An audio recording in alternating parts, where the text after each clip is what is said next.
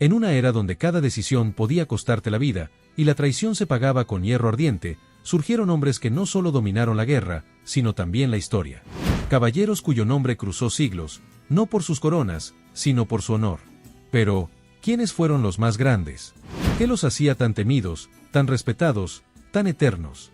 Hoy no solo conocerás sus hazañas, descubrirás el alma de una época forjada a filo de espada. Y quizás, entiendas por qué aún los recordamos. En la turbulenta Edad Media, ser caballero no significaba solo portar una armadura o combatir en nombre de un rey. Ser caballero era someterse a un código, una regla no escrita que dictaba honor, lealtad, justicia, valor y fe. Este código no era impuesto por leyes ni por castigos, sino por la conciencia y la reputación. En un mundo donde la palabra valía más que un escudo y la traición se pagaba con la vida, un verdadero caballero debía proteger al débil, respetar al enemigo digno y mantenerse firme ante la corrupción del poder. Pero ese ideal muchas veces chocaba con la realidad: guerras por ambición, alianzas traicioneras y decisiones morales imposibles. El caballero vivía entre la luz de sus principios y la sombra del mundo que lo rodeaba. Y es precisamente en esa tensión donde surgieron los grandes, aquellos que supieron mantener su honor intacto, incluso cuando todo estaba en su contra. Rodrigo Díaz de Vivar, mejor conocido como el Cid Campeador, no fue simplemente un caballero. Fue una leyenda viviente, moldeada tanto por el acero de sus batallas como por la complejidad de su tiempo. Nacido en el siglo XI, en una península ibérica dividida por guerras entre cristianos y musulmanes, el Cid supo navegar entre enemigos y aliados sin perder su norte. No peleaba por religión ni por lealtades ciegas, sino por estrategia. En un mundo donde los bandos cambiaban constantemente, él eligió sobrevivir y conquistar. Lo extraordinario de su historia no son solo sus victorias, sino su capacidad para adaptarse. Sirvió tanto a reyes cristianos como a gobernantes musulmanes, no por conveniencia, sino por visión. Sabía que en el juego de poder medieval, la rigidez era una sentencia de muerte. Su mayor logro, la toma de Valencia en 1094, no fue solo una hazaña militar. Fue la consolidación de un líder que supo unir a cristianos y musulmanes bajo un mismo gobierno, regido por pragmatismo y respeto. Pero el Cid no era un oportunista sin alma. Su vida también estuvo marcada por el exilio, la deshonra y la lucha por limpiar su nombre. En el famoso Cantar de Mio Cid, se le retrata como un hombre que, pese al destierro injusto, nunca abandonó su código de honor. Peleó no solo por reconquistar tierras, sino por recuperar su dignidad. Su fe era profunda, pero no fanática. Atribuía sus victorias a la voluntad divina, pero entendía que la victoria también nacía del valor, la inteligencia y la lealtad de sus hombres.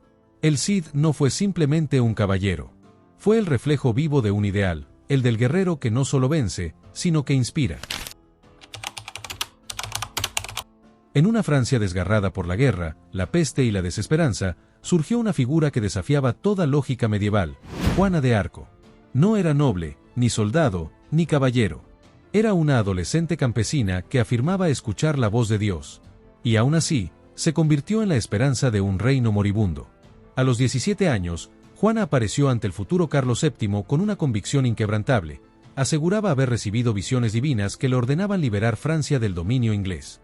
Contra todo pronóstico, y en una sociedad donde las mujeres no tenían voz en asuntos de guerra, logró ganarse la confianza del rey y el mando de tropas. Su liderazgo no se basaba en tácticas militares, sino en algo mucho más poderoso: una fe absoluta. Durante el sitio de Orleans en 1429, Juana no solo alentó a los soldados, fue la llama que reavivó un ejército derrotado. Su presencia cambió el curso de la guerra. No necesitaba blandir una espada para inspirar coraje. Bastaba con verla avanzar entre los hombres, decidida, convencida de que su causa era justa y que la victoria era posible.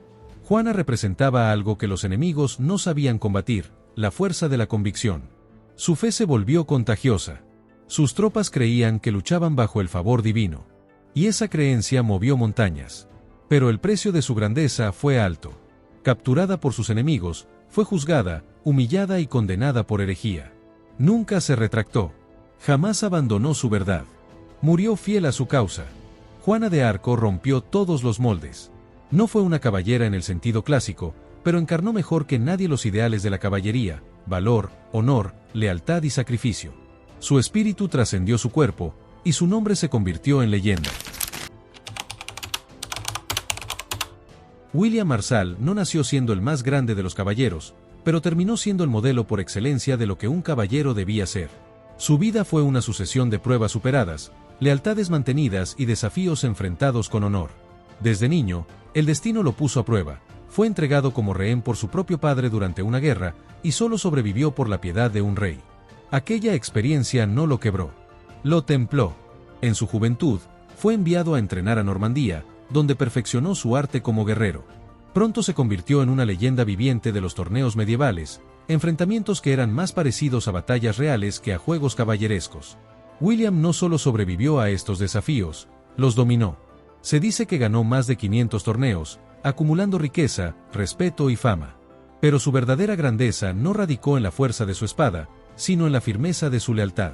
Sirvió fielmente a 5 reyes de Inglaterra: Enrique II, Ricardo Corazón de León, Juan Sin Tierra y, tras la muerte de este último, fue nombrado regente del joven Enrique III.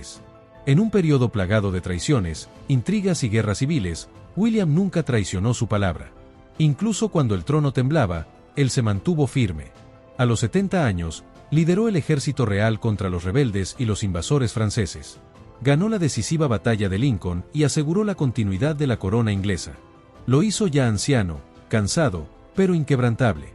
William Marsal no buscó el poder por ambición, sino por deber. Vivió bajo el código caballeresco y murió respetado por aliados y enemigos por igual. Su nombre no solo quedó grabado en la historia, sino en la esencia misma del ideal de caballería. Godofredo de Bouillon, nacido en el corazón de Europa alrededor del año 1060, fue un noble que se convirtió en leyenda no por la ambición de un trono, sino por el deseo de servir a una causa superior. En una época marcada por las cruzadas, donde muchos caballeros buscaban gloria, tierras o poder, Godofredo destacó por algo mucho más escaso: humildad y fe. Como duque de la Baja Lorena, tenía poder, pero no aspiraciones imperiales. Fue uno de los primeros nobles en responder al llamado del Papa Urbano II para recuperar Tierra Santa. Durante la Primera Cruzada, demostró un liderazgo sólido y una valentía implacable, enfrentando hambre, enfermedades y enfrentamientos sin fin. Pero donde otros caían por codicia o desesperación, él se mantenía centrado en su propósito: proteger los lugares sagrados del cristianismo. En 1099, tras meses de penurias, Godofredo fue una de las piezas clave en la toma de Jerusalén. Su victoria le dio la oportunidad de convertirse en rey. Pero él la rechazó. Se negó a llevar una corona en la ciudad donde Cristo había llevado una corona de espinas. En su lugar, aceptó el título de defensor del Santo Sepulcro, un gesto que reflejaba no solo su fe, sino su carácter. No buscaba reinar, sino custodiar. Durante su breve mandato, intentó imponer disciplina entre los cruzados, mitigar abusos y mantener cierto orden moral en medio del caos. Era un líder respetado, no solo por sus habilidades como guerrero, sino por su integridad. Murió apenas un año después de la conquista, pero su legado se convirtió en símbolo: el caballero que pudo ser rey, pero eligió servir. Godofredo de Bouillon no necesitó un trono para ser inmortal. Su humildad, su fe y su sentido del deber lo elevaron más alto que cualquier corona. A lo largo de la historia, el título de caballero ha sido asociado con poder, conquista y gloria. Pero si algo nos enseñan figuras como el Cid, Juana de Arco, William Marsal y Godofredo de Bouillon, es que la verdadera fuerza de un caballero no se mide por las tierras que ganó ni por los enemigos que derrotó, sino por los valores que eligió defender incluso en los momentos más oscuros. Estos personajes no fueron simplemente guerreros eficaces, fueron líderes que pusieron su vida al servicio de algo más grande que ellos mismos. En medio de traiciones políticas, guerras sin fin y crisis de fe, eligieron mantener la palabra dada, cuidar a los suyos, honrar a sus enemigos cuando correspondía, y en algunos casos, renunciar al poder que otros habrían tomado sin dudar. Ese es el verdadero poder, el dominio sobre uno mismo cuando el mundo te invita a traicionar tus principios. El código de la caballería no era una regla escrita, era una elección diaria. Y en esa elección, estos hombres y mujeres se forjaron como ejemplos imperecederos. No eran perfectos. Algunos cometieron errores, otros tomaron decisiones difíciles. Pero lo que los une no es su infalibilidad, sino su esfuerzo por mantenerse fieles a su causa, incluso cuando eso significaba perderlo todo. El caballero verdadero no es el que impone su voluntad con la espada, sino el que se gana el respeto a través del carácter. Ese respeto, a diferencia del miedo o la fama, no muere con el cuerpo. Permanece, se transforma en historia, y se convierte en leyenda. Quizás por eso, siglos después, seguimos hablando de ellos. Porque nos recuerdan que, incluso en tiempos oscuros, Es posible vivir con honor y dejar una huella que ni el tiempo puede borrar. Los caballeros que acabas de conocer no fueron producto de la fantasía, sino del fuego de la historia real. Pero ellos no fueron los únicos. Existen otros nombres, enterrados en el polvo de los siglos, cuyas hazañas aún esperan ser contadas. ¿Qué otros héroes fueron olvidados?